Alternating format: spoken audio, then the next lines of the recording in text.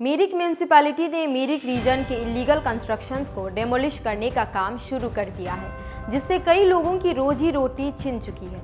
लेकिन illegal constructions को रोकने के लिए उठाया गया ये कदम इस रीजन के लिए एक खुशी की खबर भी है, क्योंकि कई सालों से म्यूनिसिपैलिटी को कई कंप्लेंट्स मिल रही थी। 19 जून से इलीगल इंक्रोचमेंट पर म्यूनिसिपैलिटी द्वारा जेसीबी चलाया जा रहा है। उनका कहना है कि लोगों को 7 दिन पहले नोटिस दे दिया गया था और यदि 1 हफ्तों में उन्होंने ज़मीन खाली नहीं की तो म्यूनिसिपैलिटी खुद अपना काम करेगी।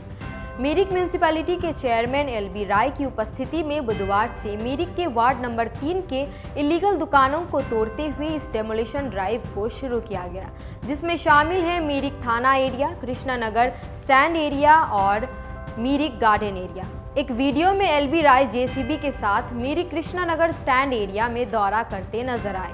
वहां जेसीबी ने एक व्यक्ति के 23 से 24 साल से ठेले में लगे दुकान को उसके आंखों के सामने ही जमीन पर ढेर कर दिया।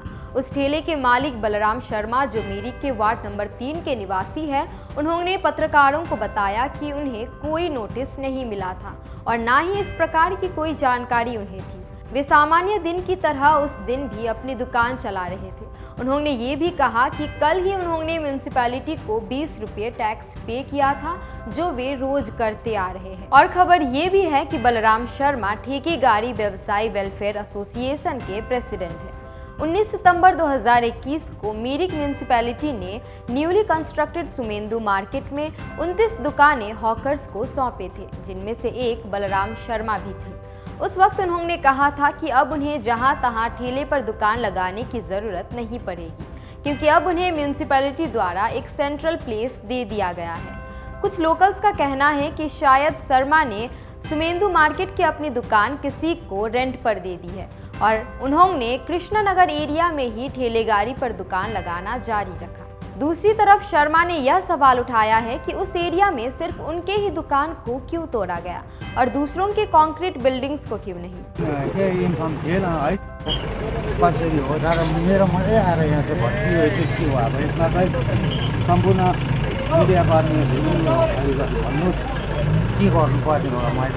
हालांकि म्यूनिसिपैलिटी का कहना है कि वे पहले जीटीए के साथ मीटिंग पर बैठेंगे और डेटा कलेक्ट करेंगे कि कौन से बिल्डिंग्स इलीगल है और कौन से लीगल। कंक्रीट बिल्डिंग्स को तोड़ने के लिए वे जीटीए के रिस्पांस का इंतजार कर रहे हैं। इसी प्रकार का दृश्य मिरिक गार्डन एरिया में भी दिखाई दिया, जहां फुटपाथों पर छोटे छोटे दुकान लगाए गए हैं। वहां पर भी कंक्रीट बिल्डिंग्स को छोड़कर सिर्फ छोटे झोपड़ी समान दुकानों पर जेसीबी चलता दिखाई दिया। म्यूनिसिपैलिटी के इस डेमोलिशन ड्राइव को करने के पीछे का उद्देश्य है मिरिक में हो रहे इलीगल इंक्रोचमेंट को खत्म करना और इस रीजन का ब्यूटिफिकेशन करना। एक और वीडियो में देखा गया कि एक बूढ़े व्यक्ति जो अपनी फल की दुकान लगाए बैठे थे, उन्हें फल हटाने तक का समय नहीं दिया गया और उनकी आंखों के सामने ही उनकी दुकान को उजाड़ दिया गया, ये कहकर कि ये दुकान इलीगल है और 7 दिन पहले नोटिस दे दिया गया था। इलीगल इंक्रोचमेंट्स को हटाना इस रीजन के टूरिज्म और डेवलपमेंट के लिए जरूरी है, लेकिन यहाँ सवाल ये उठता है कि क्या गवर्नमेंट का ये तरीका सही है? क्या 7 दिन गरीबों की दुकान कहीं और शिफ्ट करने के लिए काफ़ी है और इनके रीसेटलमेंट का इंतज़ाम सरकार ने क्यों नहीं किया? और जैसे कि एलबी राय ने बताया, इलीगल बिल्डिंग्स का मैप अभी तक जीटीए ने जारी नहीं किया है, तो ऐसे में विदाउट रीसेटलमेंट क्या फुटपाथों के दुकानों को पहले तोड़ना आम जनता के लिए सही था? हालांकि चेयरमैन एलबी राय ने ये स्पष्ट रूप से कहा है कि झोपड़ियों को भी तोड़ा जाएगा और 3 मंजिले बिल्डिंग्स को भी, लेकिन सरकार की ये भी जिम्मेदारी बनती है कि इतने सालों से वहां दुकान लगाए जनता की रोजी रोटी के लिए रीसेटलमेंट का इंतजाम करे। जब सरकार पिछले साल के तीस्ता बाढ़ पीड़ितों के लिए अभी तक घर नहीं बना पाई है, तो वे जनता के घर तोड़ने में इतनी जल्दबाजी क्यों कर रही है?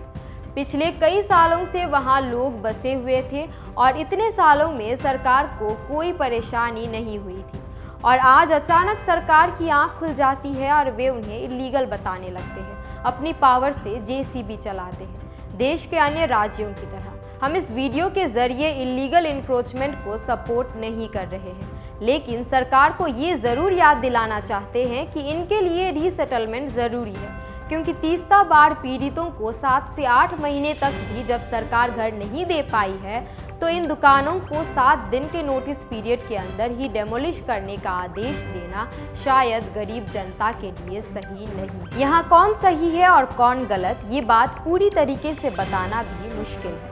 यदि लीगल तरीके से दुकानें लोगों को पहले ही दे दिए जाने के बाद भी वे इल्लीगली अपनी दुकान लगा रहे हैं तो ये गलत है। और दूसरी तरफ म्यूनिसिपैलिटी को यह भी ध्यान रखना चाहिए कि जिनकी दुकानें वे तोड़ रहे हैं उन्हें भी लीगली दुकानें दी गई है या नहीं।